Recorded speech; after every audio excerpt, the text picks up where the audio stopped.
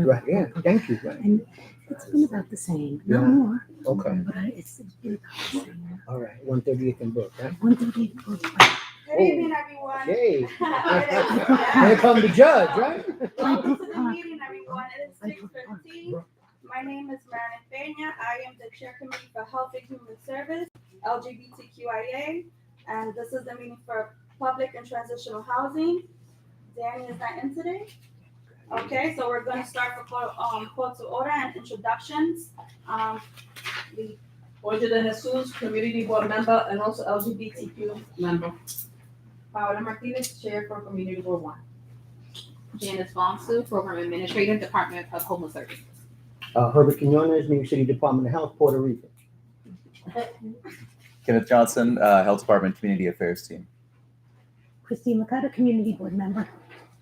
Yuri Sanchez, Assistant Deputy Commissioner, DSS. Sonia Russell, Associate Commissioner, DHS.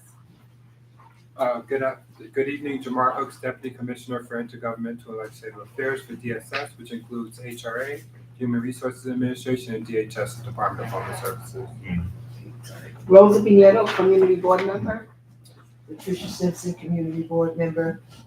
Attorney Montalvo, Director of Public Affairs and Community Outreach, Lincoln Hospital. Brenda Goodwin, Chair of Senior Committee here at Community Board 1. Also the Vice Chair at Lincoln Hospital Community Advisory Board.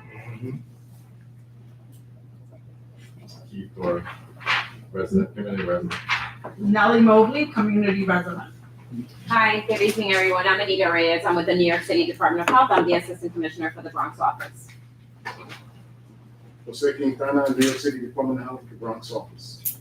Good evening. So my name is Amanda Perez. I'm the Director of the Bronx Heights Family Enrichment Center, and I'm a new Community Board Member. My name is Deborah Aviles, and I'm a community, I'm part of the Community Board member as well. Yeah. Good evening, everyone. Kevin Perdomo. I'm one of the Assistant Commissioners with the Department of Homeless Services. Sorry about that. Good evening, Commissioner Ogletree, Community Resident. Good evening, all. Eugene Williams, Department of Social Services, Bronx Borough Director. Good evening, Daniel Nicholas, Assistant Commissioner, DHS. Greetings, everyone. Herman Francis, Neighborhood Resident. Good evening, Diana Leonard, Bronx Community Board 1's Community Associate. Good evening, Madam Chair, ladies and gentlemen. Anthony Jordan, District Manager to the Board. Madam Chair, just want to remind everyone that this meeting is being broadcast live on our Facebook YouTube page. If you're speaking for the first time, please make sure for our recording devices that you say your last name, so that the recording device for the minutes can record. Thank you, Madam Chair, ladies and gentlemen. Thank you so much. So we're going to go straight ahead to the presentation. We have Jamar Hooks for Deputy Commissioner, NYC Department of Social Services. You're more than welcome to start, and thank you so much. So we're going to get into our presentation. I'm going to navigate it. I'll pass to Sonia, who's up first. Our agenda is we're going to do introductions, an overview of DHS divisions, placement types, outreach providers, CB1 outreach efforts, observations and challenges, and 311 pipeline. All right, good evening, everyone. Again, my name is Sonia Russell, Associate Commissioner for Department of Homeless Services. I am joined by my colleague, Daniel Nicholas, who's the Assistant Commissioner as well. And New York City Department of Homeless Services services all families and individuals that is seeking temporary housing placement. We have, I'm sorry? No, it's something here. Okay. Sorry. So we have 3 entries of intake for families with children, adults, and adult families. So families with children provide services to homeless and pregnant women and children with families. Their intake center is located at PATH, which is an intake center for families with children under the age of 21 who are experiencing homelessness. Those that can apply are families with children under the age of 21, single pregnant people, legally married or domestic partners with at least 1 child or pregnant, unmarried couples who are co-parents to at least 1 child. Both names must be on the birth certificate, and PATH is located right here in the Bronx at 151 East 151st Street on the corner of Walton Avenue. We also provide intake services for single adults, men and women who are seeking temporary housing assistance. And this, we consider someone who is homeless to be adult or any person over the age of 18 who seeks shelter independently without being accompanied by an other adult and or minor. Those seeking services can apply, which is our men's intake center at 30th Street, located at 400-430 East 30th Street. Our women's intake center is right here in the Bronx, located at 1122 Franklin Avenue, which is Franklin Shelter near 166th Street in the Bronx. And also we have Help Women's Center, which is located at 116 Williams Avenue in Brooklyn. We also offer intake for adult families, which are families with children over the age of 21. Adult families can range for 2, 3, 4, and 5 individuals who are considered to be a family. These individuals can apply at the same place, but on the other side of 400-430 East 30th Street in New York. Questions about our intake? Be glad to. Oh, absolutely. Yes.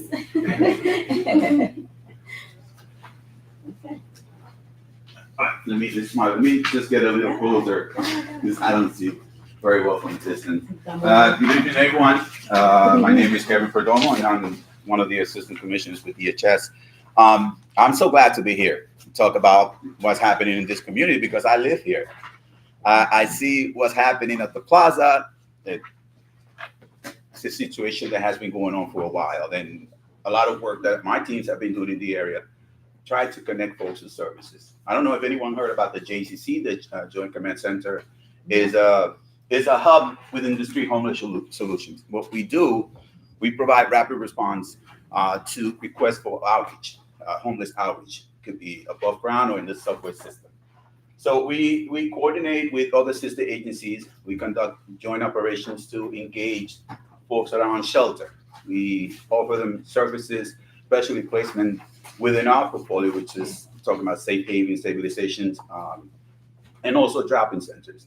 So our unit is comprised of crisis coordinators who respond to 311 requests, and also, like I said before, conduct joint operations with the sister agencies, DOH, MAGE, NYPD, specifically in Community Board 1. What is it that the teams are doing? We offer services, but also we try to identify those folks that are on shelter. We want to get to know them. If we know that it might take hundreds of engagements before somebody decides to go back into the shelter system. And the number one challenge for us is the fact that a lot of them have been in the shelter system before. And whatever trauma they went through, not in the shelter system, but with their families, which is the reason why they ended up homeless, or any reservations they might have at the previous shelter. What my teams are doing is offering something different. For those that don't want to be in traditional shelter, and we offer them the safe havens where they have more freedom, let's say, where there's no curfew. And we try to get those folks to come back into the shelter system so they don't have to be on the street. We also identified encampments. I know that in complaints about encampments around this area, especially on Melrose. Our teams identify, engage, offer services, and identify conditions so we can reach out to the other partners responsible to address the condition, talking about DSNY, parks, Department of Transportation. So our teams actually coordinate the cleanups with them. We meet with them, we refer the locations to them so they can basically tell us whether a cleanup is warranted. My teams is basically responsible for, posting the cleanup notices. We have to give folks a 7-day notice if we decide to remove an encampment. Our teams offer services at the same time. From the first time that they respond to the 311 request, that we identify the condition. If they're not ready at that time, then we come back the second time, which is to deliver the notices. If something's scheduled to be addressed. And then even on the day of the cleanup, we actually come back, and I see my teams, my outreach teams, we come back so we can be present during the cleanup to offer our services. Let me just make something clear. There is no requirement for folks to enter the shelter system. We can facilitate a placement right away, the same day. If they're ready to go, we basically provide transportation real time. We are not forcing anyone to go into the shelter system. If they're not ready to go, they're not ready to go. It's a process. One thing that I say to my team constantly, this takes a lot of patience and consistency and persistence. And we tell them that you have to believe in what you're doing, that you want to help people, you want to save people's lives. All right, so now I pass it to Janice Bonsu, and she'll going to talk more about the settings that we have, shelter settings that we have within our portfolio.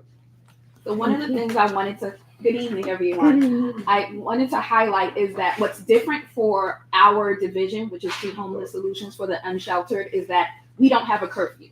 So that means we have folks who work, they can come and go as they please.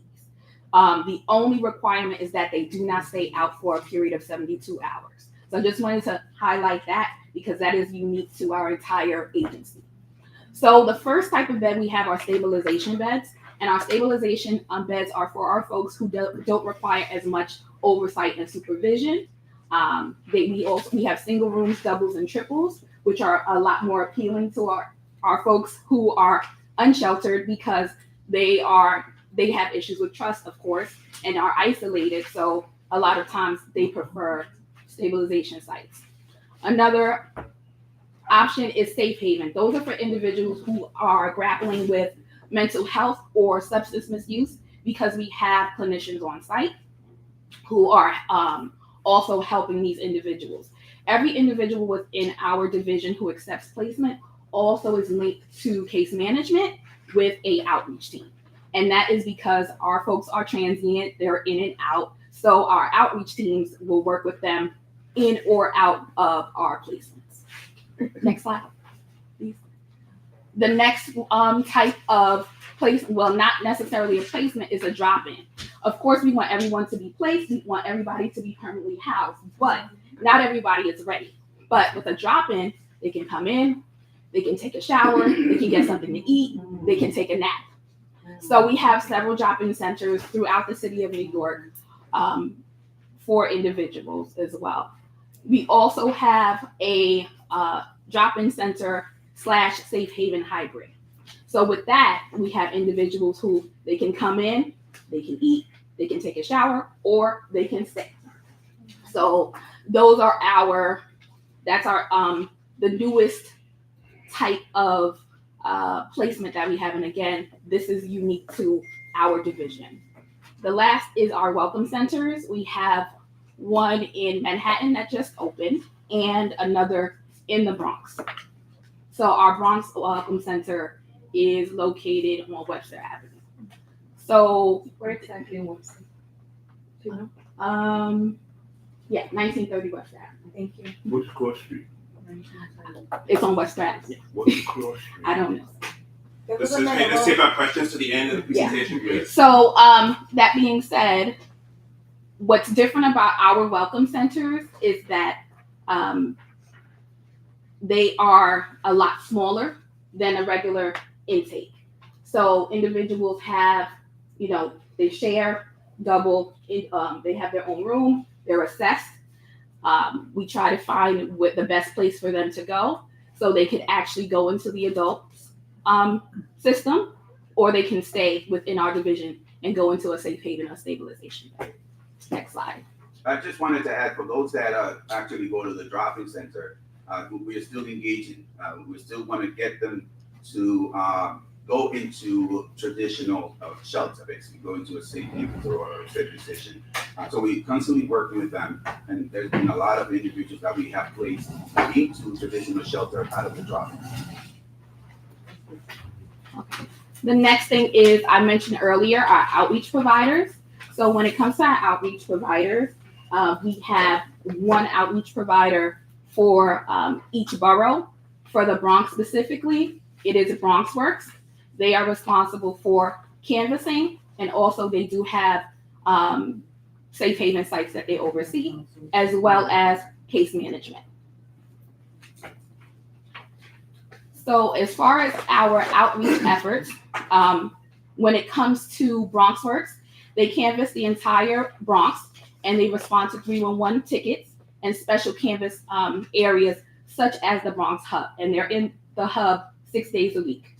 They're there from 9 to 12, Monday through Thursday, and Friday and Saturday, 4 p.m. to 7 p.m. That way they get a sense of what times, what activity is happening at different times of day. Then in the past 6 months, the average number of individuals that are engaged that are perceived to be unsheltered are 23, We confirmed that they were able to permanently place 10 individuals but they still frequent the area. And the number of individuals that are on caseload within the Bronx Hub is 44. So according to Bronx Works, the individuals in the area and the location, they're really there to seek the services that are not related to housing. There's substance treatments there as well. Also for social support, they go to socialize with other individuals and attend other programs and services as well. But just to clarify that just because you are placed in shelter would place you, doesn't mean that you're gonna stay in your room all day, not come out and come back to the hub and for access to services that they need for panhandling. As you can see, there's a lot of stores here. So what we're seeing is a lot of them are actually assigned to shelter. There are those also that, and Janice will get into that, the additional data that folks that actually are not homeless. We've seen a lot of them. They're not homeless and they're just in the area, like I said, to socialize and get access to services and I'm sorry to say, to buy drugs, but that's the reality.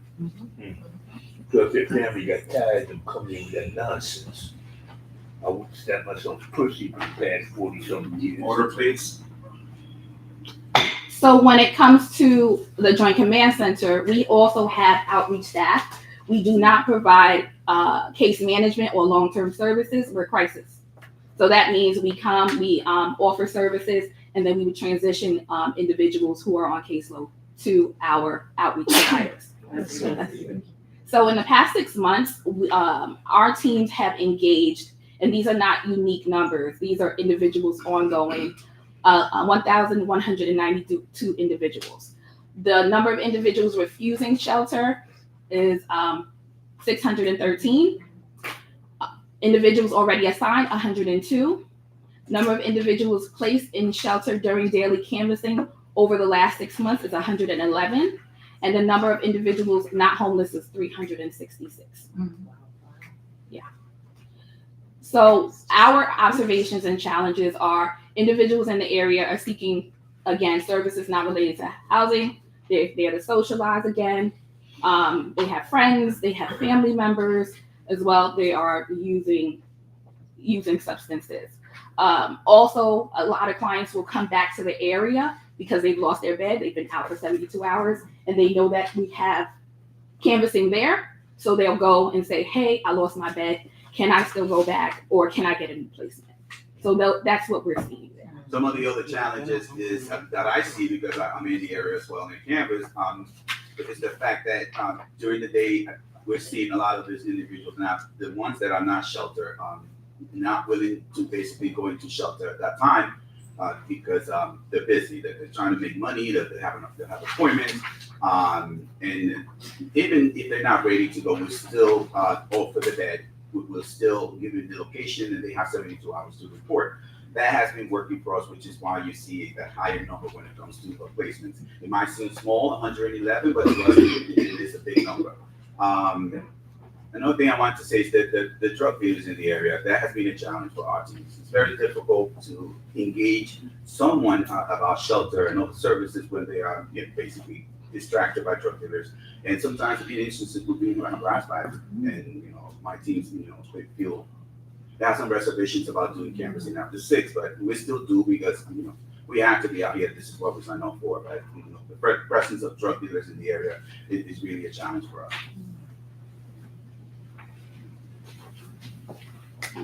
That's yours.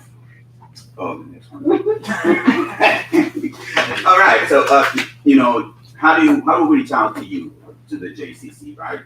To Bronx Works. I mean, so you guys can refer anyone that might be in crisis or in shelter. We, in addition to the regular canvassing that we're doing, I think we mentioned also that our JCC teams are also in the area 7 days a week canvassing. But we also come back to the location if there is a request, if anyone wants. So we encourage the community to please, if there is someone that is in need of services, you guys can use the 911 app. You can call. There's 2 categories when you call to submit a request. It can be for a homeless person assistance, which is when there are concerns regarding street homeless individuals who are in need of shelter. If you are reporting an encampment, then you can also, that will be the option that you choose when you call. If that is the request, then we'll still send a team. The same team will basically do the same. We'll offer services, and also we, like I said before, our team identify the condition, they take pictures, again, offer services. If they want services, we tell them about what's about to happen, about concerns from the community. We don't say that, the community is upset, we just say that there's folks that are concerned about the well-being. Then we send a report, we share that information with the Department of Sanitation and NYPD, and then we coordinate the cleanup. It might take some time for us to respond, but we're doing our best to provide as much information as we can in terms of telling you that the condition has been identified, and that we are coordinating with our agency partners, that we also actually are providing you with the date of the cleanup once this is scheduled to you, so we don't see folks submitting the same ticket over and over again. But we encourage you to still do, because in addition to identifying the condition, there is someone living there. And we are more concerned about that person that's there in need of services than removing a condition.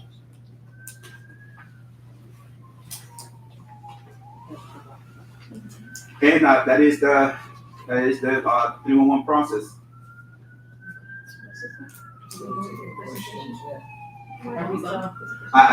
There's no other side? Nope, that's the last one. That is the last one, but thank you. If you guys have any questions, we are here. I have a question. I have a question. Cheers. Somebody has a question?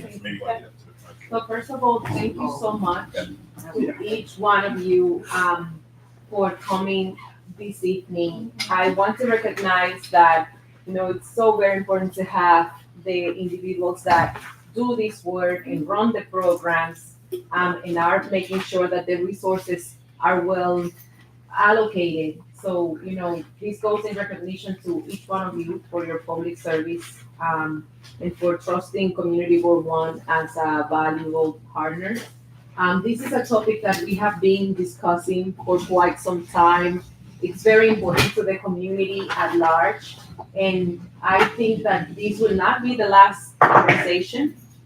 There's folks that are not in this room that are very involved in the topics that we are discussing. In my experience, I was a social services director in the South Bronx here at the Kansas houses, not too far from this office, and we had a lot of issues in our buildings. And again, there's many different ways in which we can approach this conversation. So I want to commend you for helping us start this process and for showing up tonight. We value that a lot. In the work of our chair, and also in the work that both Marilyn Peña and Audrey De Jesus do in our community, I trust that we can continue to develop this conversation and also invite other community partners if need be. But I just wanted to express that to you. And as a new chair for this community board, there's so many things that I am learning. I'm not going to sit here and pretend that I know it all. These issues have been going for a long time, but I'm glad to see the resources that you are providing, and to see that there's even more resources with the office at Webster Avenue. Is it new? No. Okay. It was because it was a safe haven prior. Okay. Mhm. I do think that sometimes our community, they don't know what they don't know. So we want to be an ally in making sure that people are aware of these resources. So thank you so much. That's all I want to say. Thank you.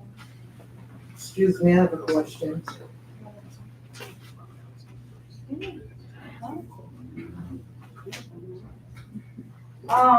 For the Department of Health, you're next. Yes. Yes.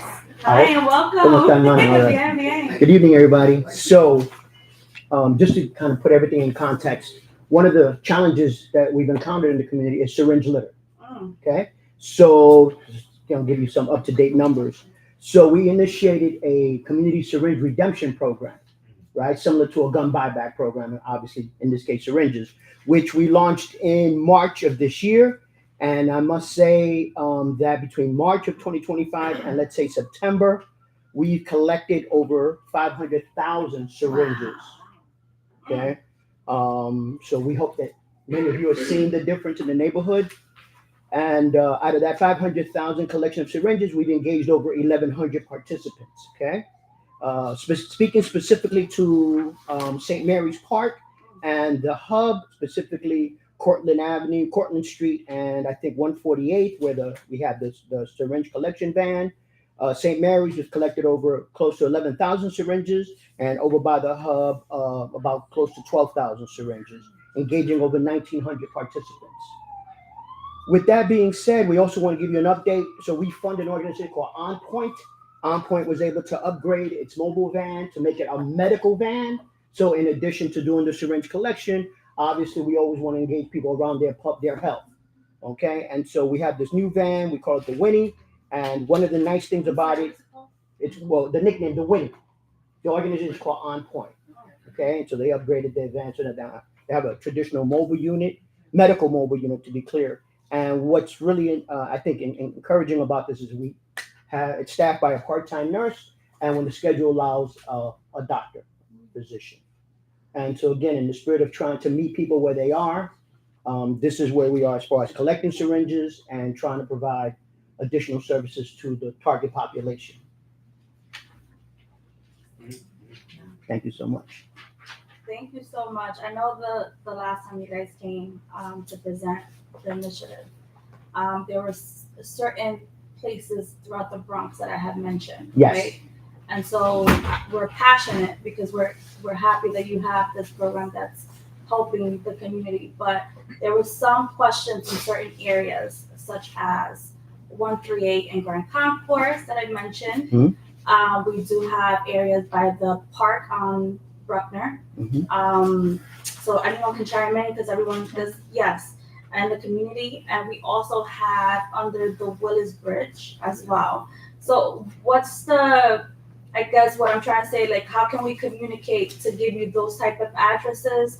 Because we're seeing them in the Bankside area of 138, 132nd. Bankside. Yeah, Lincoln on Bankside. What's the exact Bruckner? And Lincoln. We're seeing it a lot during the park, the waterfront specifically. And so when we see individuals walking their dogs or parents like myself taking their child to school, we see that. And so I just want to say, what can we do as a community to give you guys the 411 of where we see these needles and these caps, so that we can get the ball rolling. Well, it started from our first conversation early in the summer, so we had been here before, and this is important to continue to keep us updated. So I've written down the places that you've identified. The challenges for us is it's like a pilot program, and so we do hope to expand, but that's always based on. We want to support you because Right. you guys are doing such an amazing job. Well, so as a community for programs and nonprofits and things where they have to deal with, and with seeing stuff like that, it's important for the community to relay the message to you guys on where they're seeing these needles. So I would counter by saying I want to definitely once again give you my business card so that those observations can come directly to me, because I'm part of the team that does the outreach syringe litter thing. And we just I hate to sound this way, but we just want to continue to evolve. But at least the next step is you have my contact information directly, because we're the ones that fund a lot of the programs that do the syringe collection. And in addition to continue to promote the syringe redemption program, and hopefully that'll continue. That'll make an impact. Okay. Cool.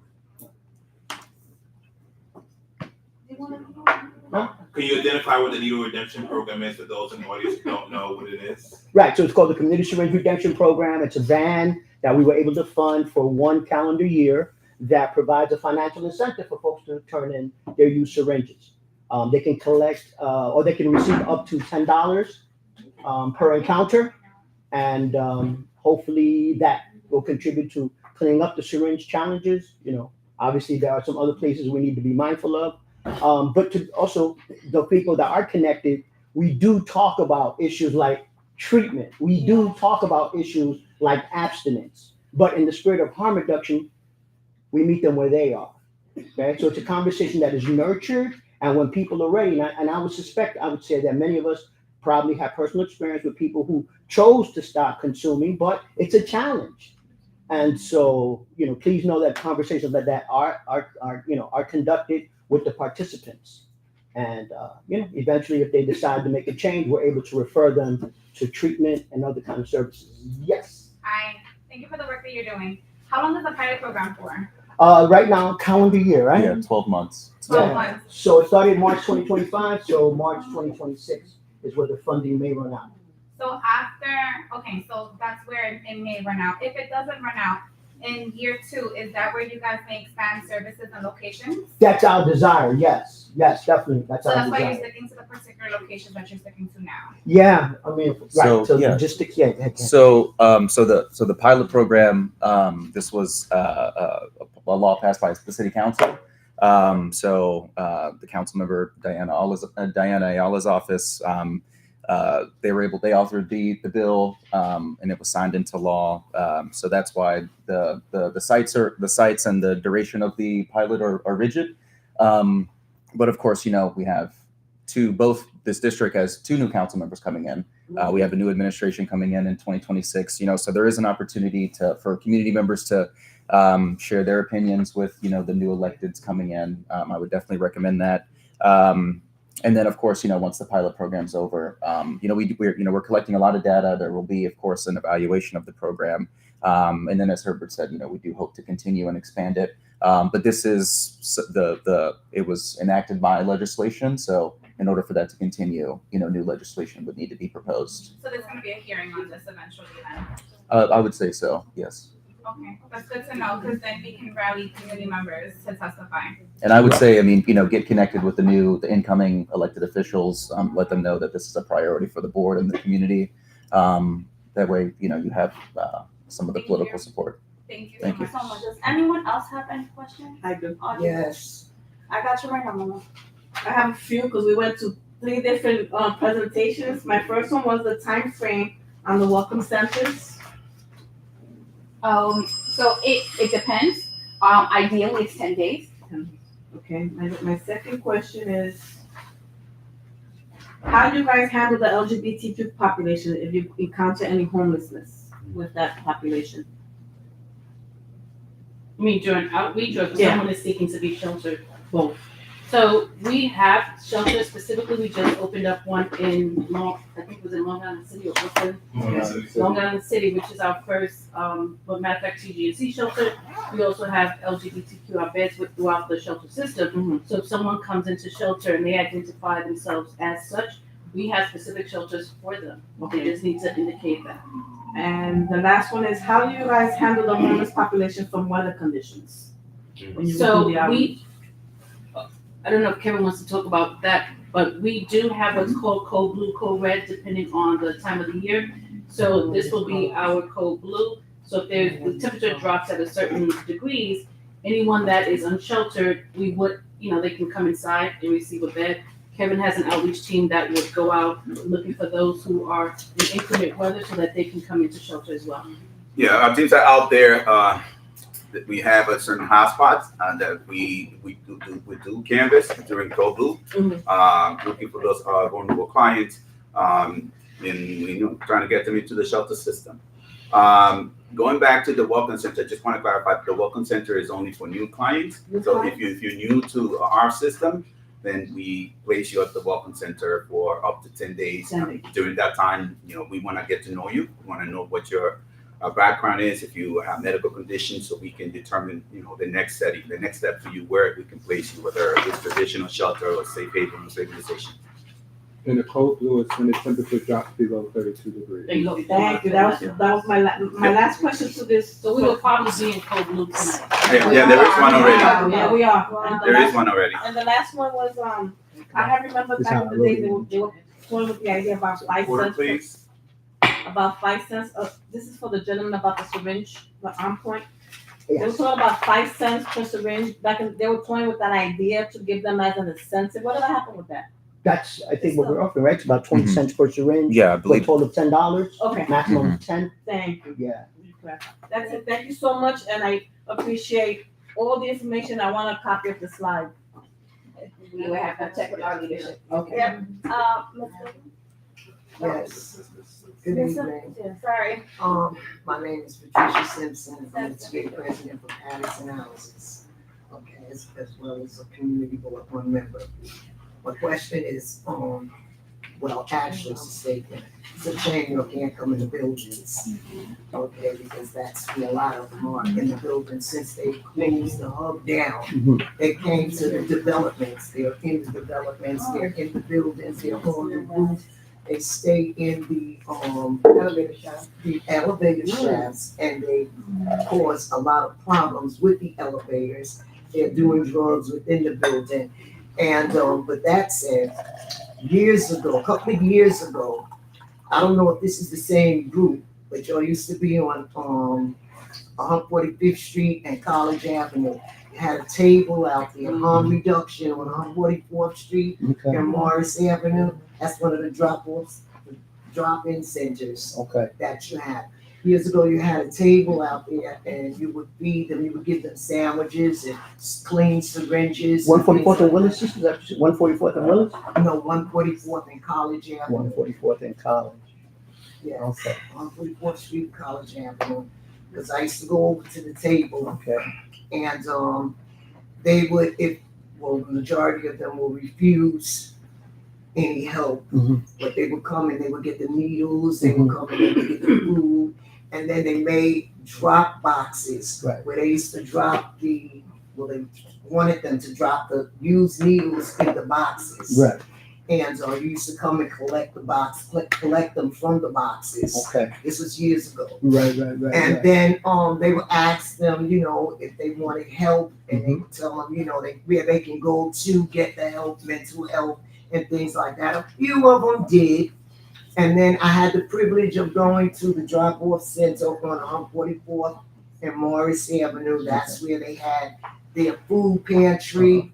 They're still there also. They had their food pantry. They had a movie room. They had the pharmacies. Their own pharmacy is inside there. And they got the services. They can come in and can sleep for a couple of hours. They had those little things that turns into washcloths. Okay, yes. You know what I'm talking about, right? And they would service them those things. But then when the place closed, they would be outside. Right, And they're still out there now. They're back at Lincoln Hospital and back in our buildings. Okay. So Patterson houses, right? Yes. Patterson, okay. So and I believe they're in Moore Haven also.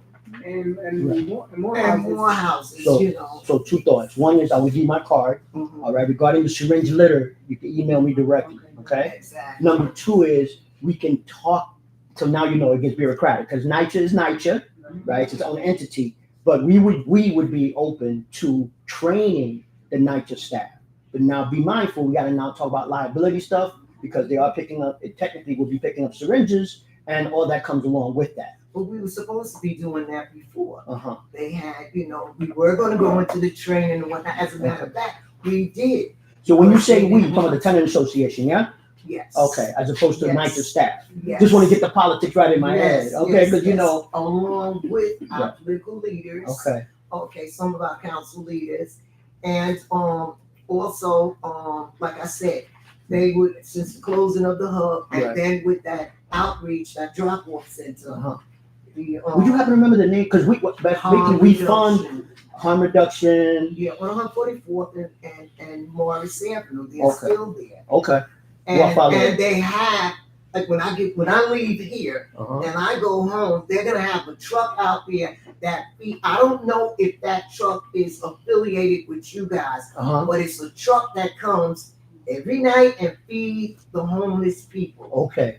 Yeah, we don't do food per se, so that might be a different city organization. It must be different because we have all different types of agencies that come in, but then they do good things and whatnot, but they leave people there. Right. Because if they don't want to go, they can't be forced to go. So we're left with all of this, you know what I'm saying? Yes. And they're in our buildings, it's affecting our seniors, it's affecting our kids, it's affecting everyone in the development and around the area, and then down the block we have a homeless shelter, Okay. which is right next to a junior high school, an elementary school. Yes. And which should not be. Ms. Simpson, just send him an email, shoot him an email so that we can all be on the same page, because we want to make sure that we follow up with you on those concerns, okay? Yes, I do. I just wanted to ask you, Thank you. on natural premises, are you saying that they are also sleeping there? Yes. All right, so I'm gonna give you my card, because we do conduct the joint operations, outreach operations with NYCHA representatives and NYPD. So we go, I don't know if you, I'm trying to give me the location, I'll find out. if you ever Commissioner, conduct this it. is going forward, so we can move on with this. No, I'm sorry, so I give you my card. so you can- We have multiple NYCHA leaders here in the room. My apologies. Areas to share that with the district manager, and then we'll work, and then we'll share that with all the NYCHA leaders. Thank you, Whoever is a Commissioner. NYCHA leader, can you raise your hand? So just want to add to that, if I can share, that Community Board One, for all the commissioners and the agency leaders in the room, Community Board One happens to be the highest population of NYCHA leadership and population on our board and also in our boundaries. And to build on that is that we wanted to, the reason for this conversation, in addition to other issues that we have been talking about for a period of time, NYCHA leaders have talked about that this issue has moved on into the hallways and other ways, as Ms. Simpson, who happens to lead Patterson, Rosa Panero, who happens to lead Morehouses, Deborah, who happens to lead Mont Haven. We have Danny Barber, who happens to lead the entire South Bronx, but he also primarily also leads Jackson Houses. And so, and all those NYCHA leaders have talked about as we look at the issues relating to street homeless and as the weather changes. And so we wanted to, if I may, Chair, want to lead into talking about the hours of operation of when outreach occurs. How often does the street outreach team, or what hours the street outreach team begin their work and end their work? So, in general, we outreach. We're 24 hours, 7 days a week, but within NYCHA, we do have joint operations twice a week, from 6 to 8 and 9 to 11. And in the areas in the Community Board One, what are the areas primarily? And I know that we have talked about this ongoing. Does the street outreach team outreach to, and what areas in Bronx Community Board One and within the boundaries of our board? So we on street homeless. Not only talking about where are there areas that you're keenly focused on relating to street outreach and homeless? Bronx Hub would be for DHS, our outreach team specifically, but when it comes to our contracted providers, they're responsible for the entire Bronx. So they canvass their specific hotspots, and then they also have the 311s that they are required to respond to. So I am a homeless person. Mm-hmm. What is the interaction for this general interaction that likely outreach team member has with me when they first interact with me for the first time? So what does it look like? That's what does it look like? Yes. So usually they would approach the individual, ask them how they are, attempt to join with them in general conversation, and then offer up services. Every individual, we have general things that need to be covered, but we allow our staff latitude to kind of use themselves and how they join with the individuals, because everybody engages differently. What works for me doesn't necessarily work for some of our other staff. Our top placers, if you will, very much know how to be chameleon, so to speak, and they know how to change their approach. So I am interested in going into the shelter system. Mm-hmm. What is the process for the Department of Homeless Services? As a unsheltered individual, As an unsheltered individual, on street homeless, okay. I am interested in entering into the shelter system. What is the process that you must follow? Or do you usually follow this system? We would obtain demographic information, name, date of birth. Then our staff, usually they are in pairs.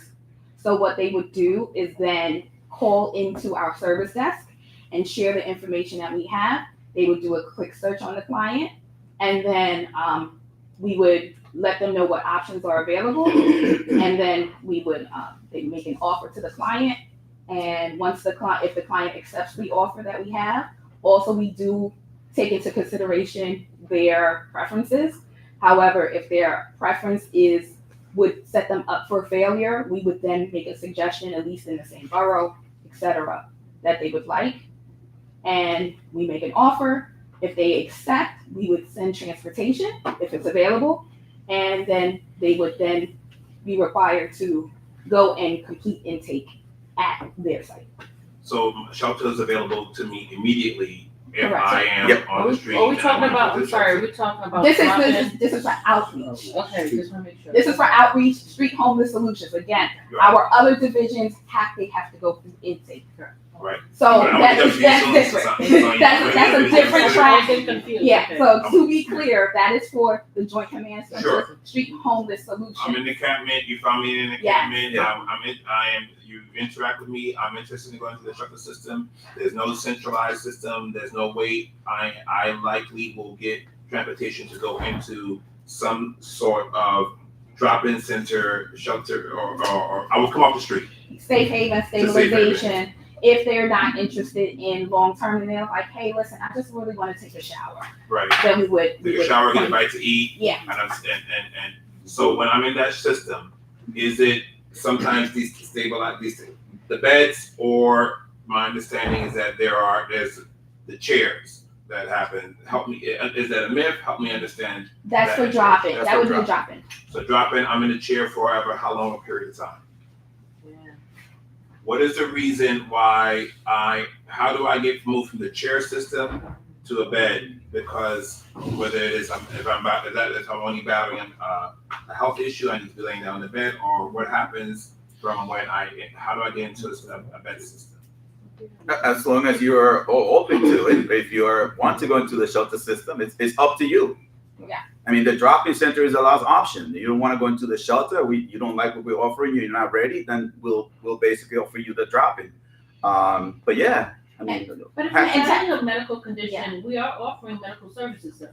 So if you're saying that someone needs medical treatment, we don't want to have them sit up in chair. We will most likely call EMS to see whether or not that's an option for them. Right. So know that we're not just going to put someone up in a chair that has a medical ailment. If there's someone that needs medical attention, we're going to make sure that they get the attention that they deserve.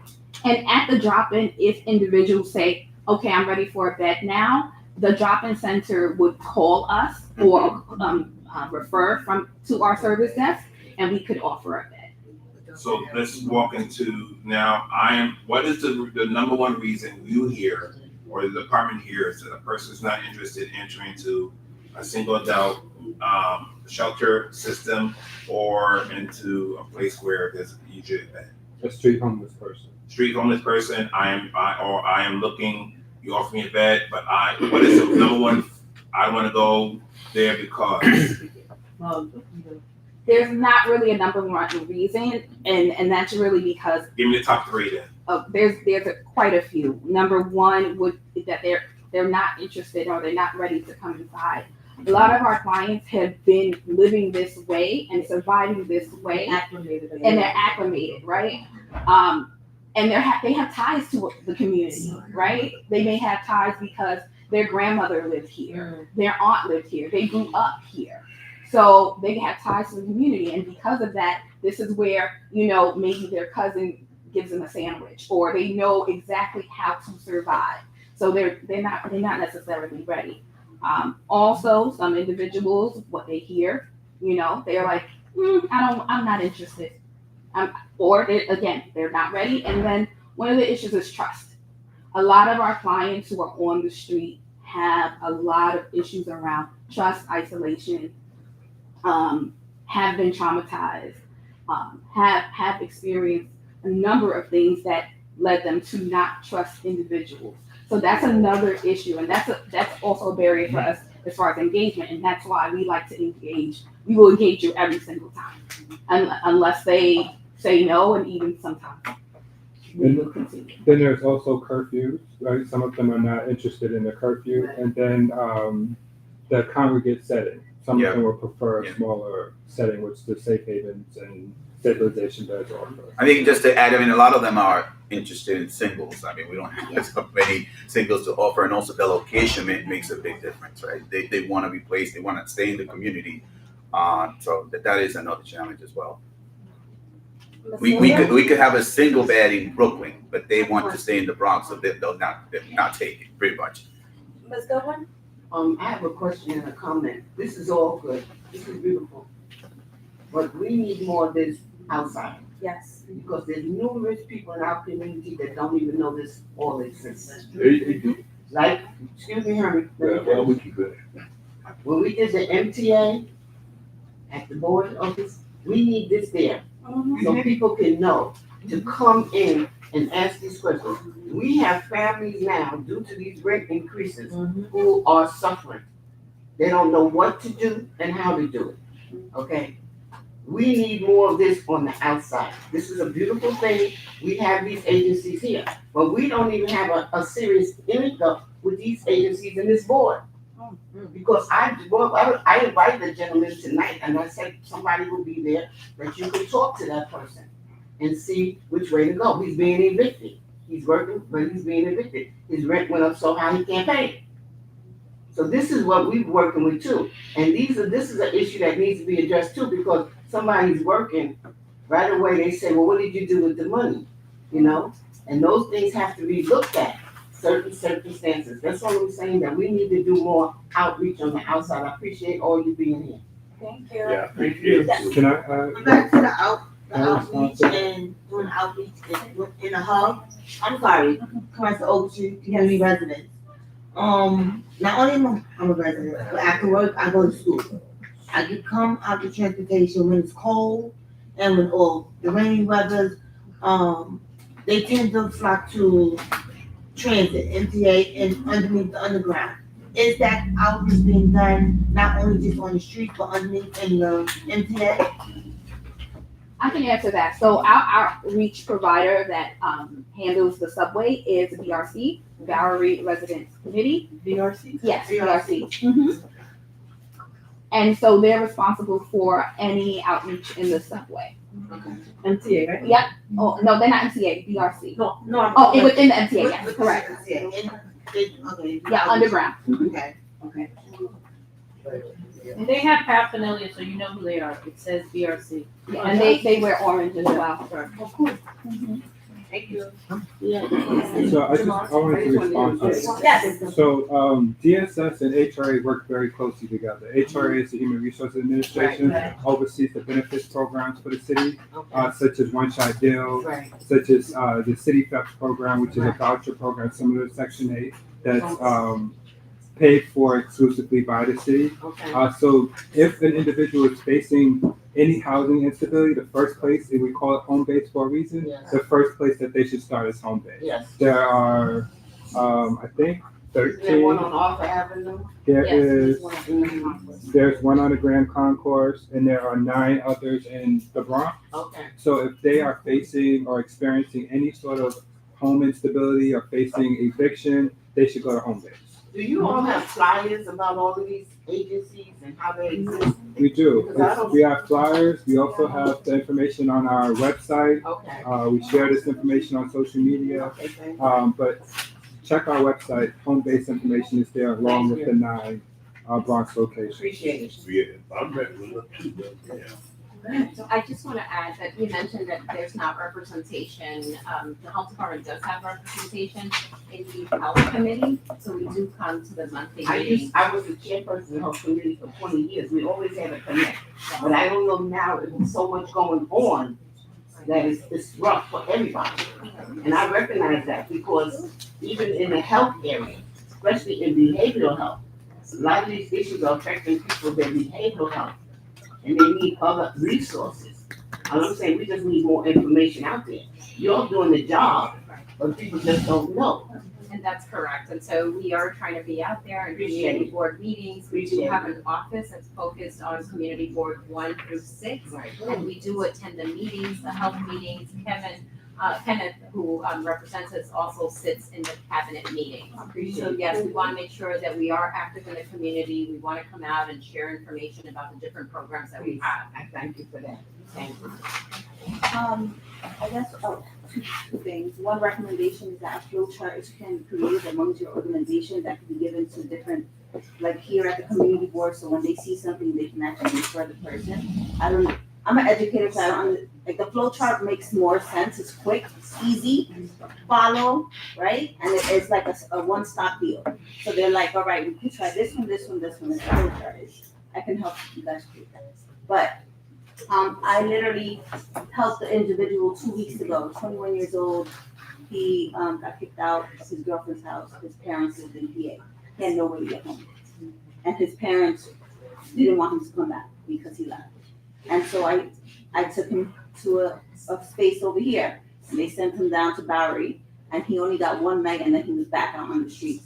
And so I want to know what's, like, what can we do for those type of kids that are 21 years old, literally can't go back home, their parent is not even trying to listen, and now we're putting them on the street, now turning them away.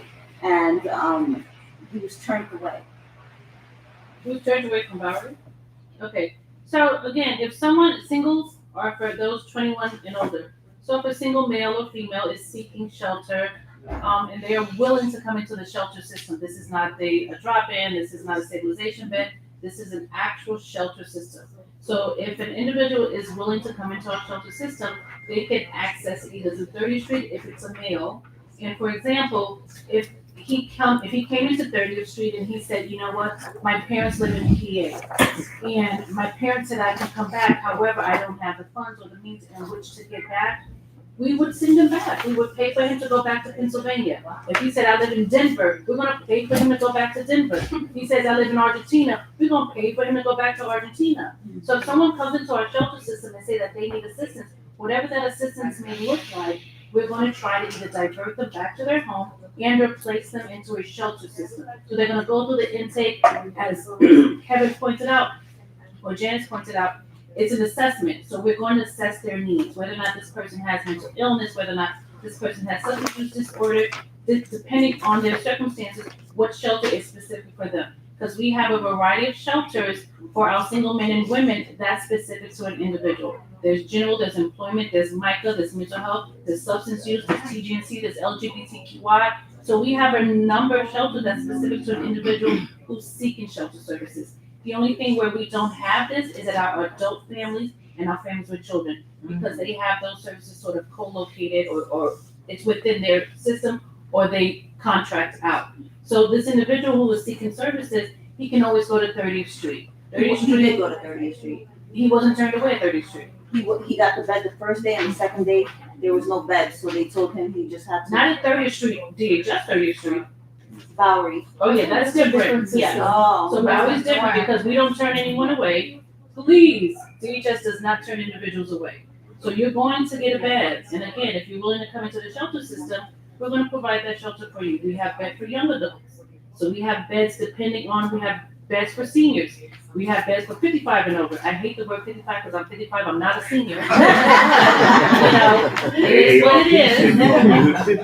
But again, we have shelters specific for, a group of, individuals depending on their circumstances. So that's why I said a flow chart would really work right here in the South Bronx, because I took him to a place and they sent him down there. They did take him, that was great of them. But then after that, there was no information. They didn't give him where else he can go, which it would have been nice if they gave him that. He had to come all the way back to the Bronx, and I had to try to help in some other way. So would you happen to remember the name of the organization? Just curious. It's a separate shelter that's outside of the DHS system. But on our website clearly outlines everything that was presented here. Our intake system, families, singles, everything's outlined, street homeless. Folks can call 311 as well for information. Thank you. And it also tells you what documents are needed as well. Thank you so much. Does anyone else have any questions? Yeah, because the solution is right there. Requires help. That's right. All right. My name is Herbert Francis. And I do know that New York City. I'm gonna give you 2 minutes. You got the 2 minutes, but the solution's right there. The politicians create this mess of what New York City is in right now. Because New York City is the only city in the whole United States that's under a court order that anybody who wants to show real estate is mandated to give it to them. I've been outside this city and ran to people still on property, and used to live and moved out. And when you go in these municipalities outside New York City, they give all their homeless people a one-way bus ticket to come to New York City, which got the mess. Because I remember the Bowery back in the 50s. And I remember how the New York City cleaned up the Bowery back then. So kick them out? That's what you're saying, bro? Keep this in mind also, that the Guardia bill started on nitro back in the 30s because the city workers could not afford the rent. And we're going through that same mess today. If the United States can build Europe after World War II under the Marshall Plan, the money is there. The city got a budget over $115 billion. The state got a budget of $255 billion. And you got a governor's race next year. And keep this in mind. When Nelson Rockefeller was governor, he closed down all the state mental hospitals and enacted the Rockefeller drug laws.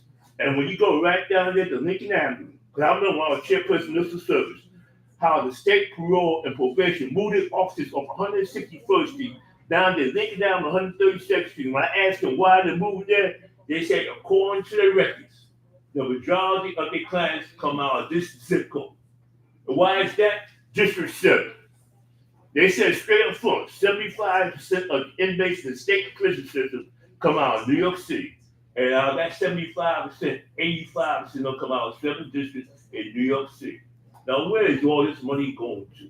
Because we're going through this mess again and again and again. Because politicians know when they make heroin, cocaine, marijuana illegal, because of the money that's involved. And these 24 drug clinics that's in this district here, Community Board 1, 40 police, we're going through this mess. We're going through this mess since Prohibition. And we're going through it again. Now you want to solution, you get them politicians here to change them laws and take that money and put it somewhere that's going to do good. So they raised my rent since January, $125. And I'm on a fixed income, just getting Social Security. Now I went down there tonight, boom. Mr. Francis. We're going to Please, yeah. So I want the 125 back. Commissioners, Again, my gambling Jesus. Mr. Francis. I apologize. So a question about one of the things that we also are hearing as part of the department is that public safety is an issue in our shelter system. Mm-hmm. Can you talk about some of the issues that the department is using or doing to help increase the awareness around public safety issues, and how are we making sure that when folks enter the shelter system where there are victims of domestic violence to this single adults or families who are homeless, how is the department working through the CARE system or through other DHS police or private security firms to ensure that public safety is premier at our shelter system? Well, I think you're conflating some things here because public safety speaks to outside the shelter system. So, starters, our shelters have security contracts. Sometimes they will hire a subcontract, which is a security firm that will provide security within their shelters. Sometimes they will have staff themselves who hold certain licenses to be the security personnel on site. So there is security presence at our shelters. Some of our shelters have DHS police, but not all of them. But that number is very, very small, and it will continue to be that way. But there is private security at our within our shelter system for adult families, single adults, as well as families with children shelters. As it relates to domestic violence, I think. Yeah, I'm talking for all of our shelter systems. How is security monitored in the shelter system, from domestic violence shelters to drop-in centers, to even though we all look at all shelters the same, I know that there may be different security measures that are in place for different shelter types. How does the department, how does the security system work in those different types of shelters? So, well, I can't speak to DV shelters because that's an HRA contract, and unfortunately, we don't have representatives from our DV side of the house. But I can represent, again, shelter systems, which is adult families, families with children. My colleague is not here, and as well as single adults, where again, there's contracted security at our shelters. So there is a security presence. If someone is in need of, if something's happening at the shelter, the security team will respond to it accordingly, and or call 911 if it's something that rises to the level where 911 needs to be contacted. But as far as security, that is something that we have to work with the shelter system. So security is primary to ensure that our single adults, our families, and all our shelter systems are safe facilities for our unhoused brothers and sisters, correct? So yes, there is contracts require that there be a security presence. So again, whether it's by way of a subcontract or they may have staff which is called PS staff, which means their own staff. Because we have some shelters that do not want the traditional sort of security setting. They have their staff that will serve as a security monitor. But all of our contracts have security personnel as part of their budget, yes. How are incidents of the shelter system recorded? So all instances are recorded through our serious incident unit. So depending on the level of the incident that occurs, it has to be called into this unit. And we range it from a P1, P2, P3. If someone is experiencing medical emergency and EMS has to be called, that's a P1.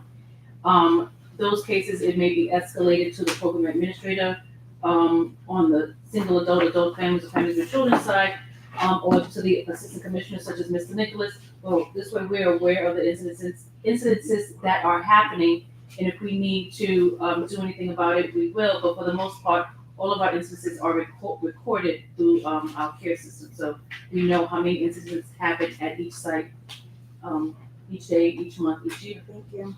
How can we make sure that if we see besides we don't want to, what are other ways that we can be, if we're looking to help our unhoused brothers and sisters who are in shelter system, how can we as board members be more engaged and involved around shelters that are in our district and in our community to ensure that they are good neighbors, but also that our brothers and sisters get the resources and service they need, whether we want to volunteer or we want to be able to welcome them into our communities. Well, I really appreciate that, Anthony. Thank you.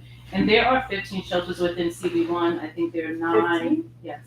I think there are 9, single adults and 6 families with children shelters. So in the past, what we've done is we have asked for our shelters to have community board meetings so they can invite, those that live within the community. You yourselves can, reach out to your office and ask how can you help a shelter. Sometimes they have, I think one of my shelters, we have planting day where they plant flower beds, within the shelter. They help with donations. So whatever you are willing to do to help our shelters, we would gladly, definitely reach out or have that conversation with you. So it's depending on how you want to help us out. We will be more than happy. Some of them have clothes drive.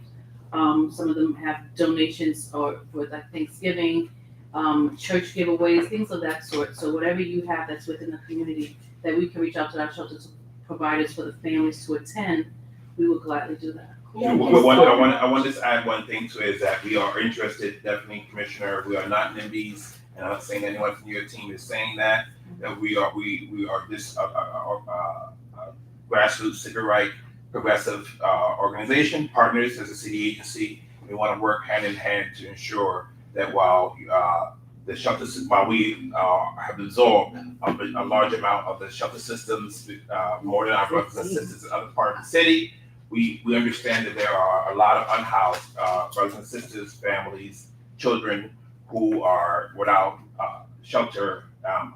We have one of the largest unhoused young people who are in the school system, who are in shelters in our district.